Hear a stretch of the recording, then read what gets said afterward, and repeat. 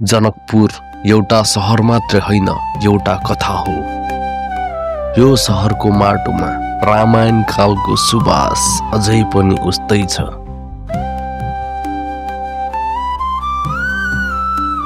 जनक राजाको सभ्यता, मैथिल संस्कृतिको गहिराई र माता सीताको पवित्र पाइलाहरूको गुन्जन अझै पनि आभास हुन्छ। यहाँको बिहानी सूर्यको किरणले मात्रै होइन, मन्दिरको घण्टाहरूले पनि खुज्छ र साँझ रङ्गीन बजार र लोकगीतहरूको धुनमा जीवन फेरि एउटा नयाँ कथा बन्छ।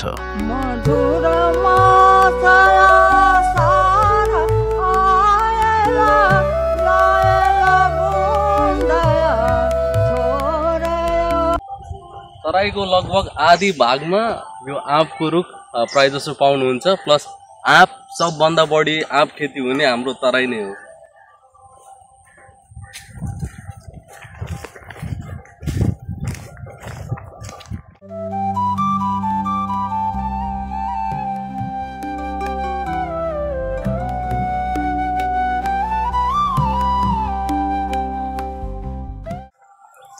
ओके, म अगाडि अझै पनि देखाउँछु तपाईहरुलाई तराईमा के छ खास कुराहरू, तराईको गाउँहरू, जानकी टेम्पल, रेलवे, धेरै कुराहरू छ जुन म तपाईहरुलाई बिस्तारै देखाउँछु अहिले।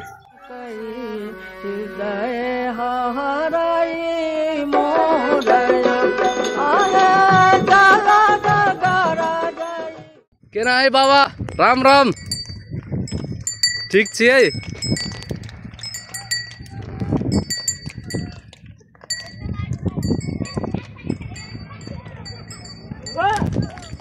यो चाहिँ बिना इलेक्ट्रिसिटीको, बिना बिजुली बत्तीको आफै पानी आउने धारा है। यो चाहिँ तराईको विशेष ठाउँहरूमा चाहिँ मात्रै पाइन्छ है। अरू ठाउँमा त सब सुक्खा परेर पानी नै आएको छैन, तर यहाँ चाहिँ आइरहेको छ है। यो चाहिँ यति शुद्ध हुन्छ कि खान पनि मिल्छ। यो पानी एकदमै शुद्ध पानी हो। खाइदेऊ भाइ, साह्रै मिठो। फेरि यो त मिनरल वाटर भन्दा पनि मिठो क्या। जनकपुर घुम्न आउने क्रममा जनकपुर एरियाको गाउँहरूको एक्सपिरियन्स नि निकै रोचक हुनेछ। यहाँको जनजीवन निकै सहज र सरल छ। यहाँका मानिसहरू अझै पुरानो धारणा र मान्यताका छन्। मन खोलेर हाँस्ने र आफ्नै संसारमा बाँच्ने खालका छन्। यहाँका हरेक चोक, गाउँ, गल्लीहरू रहस्यमय ठाउँ जस्तो लाग्छ। हामी धनुषाको गजडिया पकडिया हुँदै धनुषा धामको बाटो लाग्यौं। बाटोमा हल्का धुलो भए पनि वरिपरिको पोखरी, घरहरू र त्यहाँको समथर हरियाली र मानिसहरू हेर्दै यात्रा गर्न निकै रमाइलो भयो। बाटोमा हिँड्दै गर्दा एउटा कल्चरल भिलेज नाम गरेको रेसोर्ट देखे र हामी गयौँ। यहाँ मैथिली संस्कृति, पहिरन, रहनसहनलाई जोगाउने लक्ष्यले रेसोर्ट सञ्चालन गरेका रहेछन्। हाम्रो बाबा पुर्खाले यस्तो गर्नुहुन्थ्यो भनेर। अनि जस्तो यो सिक्कीको पनि मौनीहरू हुन्छ। हजुर हजुर।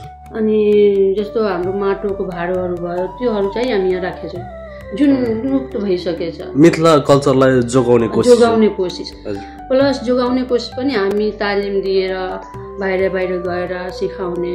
जो सबै त पढे लेखेको हुँदैन, तर हाम्रो यो मिथिला पेन्टिङ भनेको चाहिँ यस्तो हुन्छ कि नपढे लेखेको र पढे लेखेकोले पनि मन पराउँछ र त्यो मिथिला पेन्टिङदेखि नै हामी झल्काउँछौँ, हामी आफ्नो संस्कृति झल्काउँछौँ।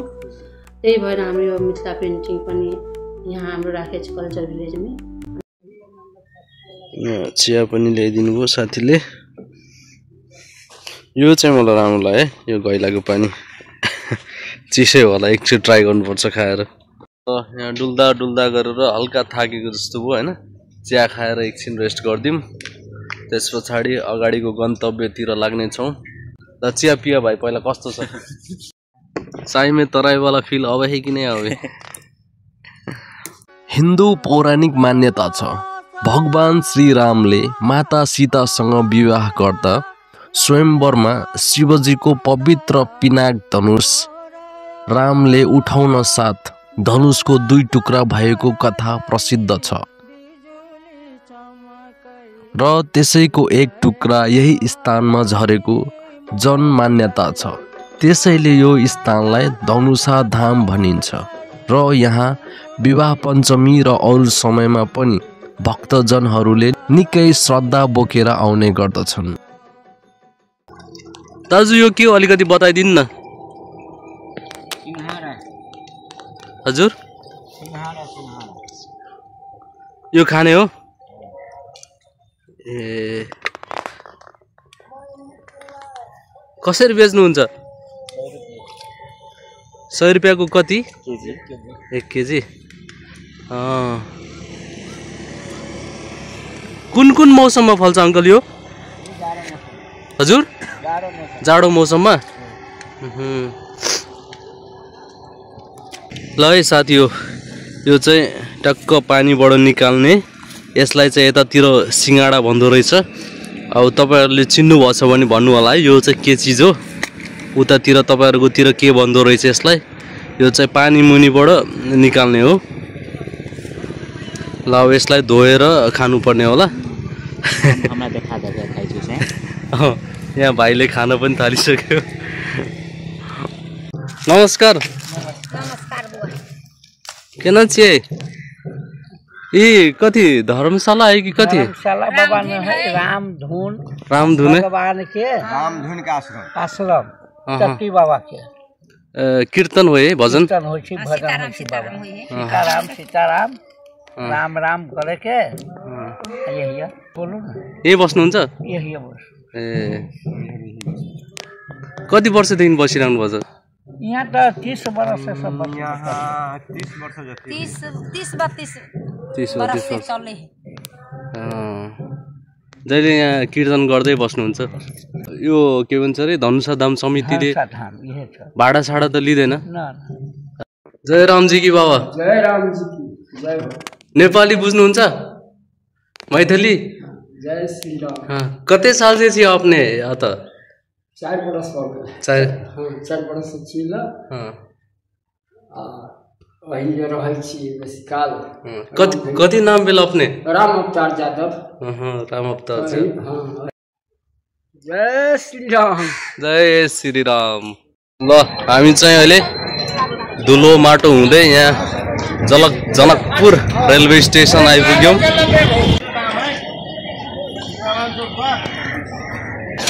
यहाँ पेसेन्जरहरू वेटिङमा छन्।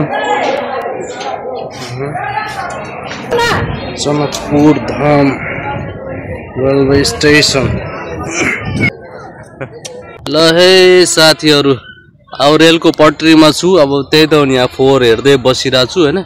अब यस्तै हो कि अरू ठाउँमा पनि कि यहाँ मात्रै फोहोर हो त्यो चाहिँ थाहा भएन है। त्यो चाहिँ तपाईहरु आफै भन्नु होला। यो चाहिँ रेलवे स्टेसनको टक्क अगाडिको भाग है। यताबाट चाहिँ कहाँ जान्छ भाइ? सीतापुर। यताबाट सीतापुरसम्म जान्छ है। यो चाहिँ नेपालकै सीतापुर हो हैन। अनि यताबाट चाहिँ इन्डियाको जयनगर जान्छ है। अब 6 बजेतिर गाडी आउँछ भन्थ्यो। अब कतिखेर हो? 6 बजे आउँछ। बिहान बेलुका गाडी चल्ने हो। ल है, कसैलाई यहाँ इन्डियाको जयनगर जानु छ भने चाहिँ यहीँबाट जानुपर्ने हो है। हामी जानकी मन्दिर पुग्दासम्म साँझ परिसकेको थियो। जानकी मन्दिर झिलिमिली बेहुली झैं सजिएको थियो। हुन पनि विवाह पञ्चमीको तयारी हुँदै थियो। अबको 2 दिनपछि विवाह पञ्चमी जो छ। मानिसहरूको घुइँचो निकै बाक्लो थियो। साँझ निकै रमाइलो थियो। मेरो मन त यतै कतै बसिहाल्यो। निस्किनै मन लागेन।